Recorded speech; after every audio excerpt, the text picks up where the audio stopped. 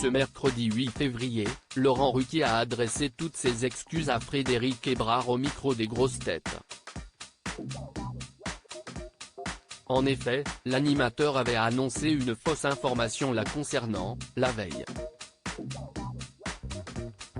Alors qu'il évoquait le décès du comédien Louis Yvel, il avait affirmé que sa compagne était également décédée.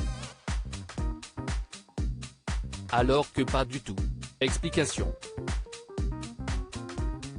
Laurent Ruquier @AFP. La boulette de Laurent Ruquier dans les grosses têtes. Le 2 février, les Français ont appris avec tristesse la mort de Louis Yvel à l'âge de 96 ans. L'acteur s'était notamment fait connaître pour ses rôles dans La Demoiselle d'Avignon, L'homme qui revient de l'Oie ou encore Docteur Caraïbe. Si est donc tout naturellement que Laurent Ruquier s'est emparé du sujet dans les grosses têtes. Malheureusement, l'animateur a commis une très grosse erreur qui n'est pas passée inaperçue auprès de ses auditeurs. En effet, durant son émission, il a affirmé que Frédéric Hébrard, l'épouse du défunt, était décédée. Ce qui n'est absolument pas le cas. J'ai tué sa femme.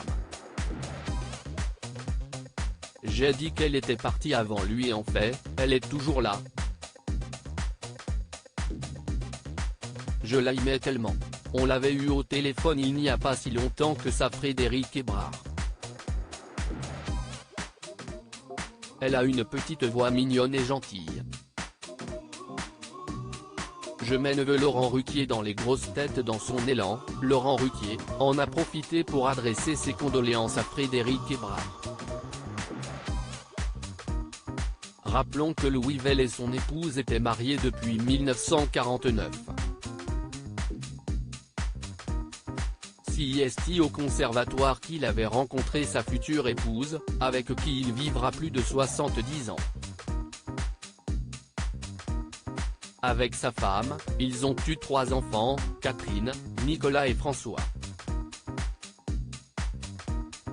Si Nicolas et François sont connus pour leur rôle dans certaines productions de leur père, Catherine Yvel reste en revanche plus discrète.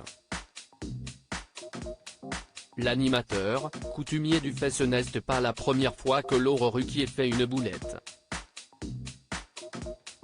En effet, il y a quelques mois, sur le plateau des Enfants de la télé, il s'était déjà trompé de prénom avec une de ses invitées. En effet, alors qu'il recevait Anne de Petrini, sa langue a fourché.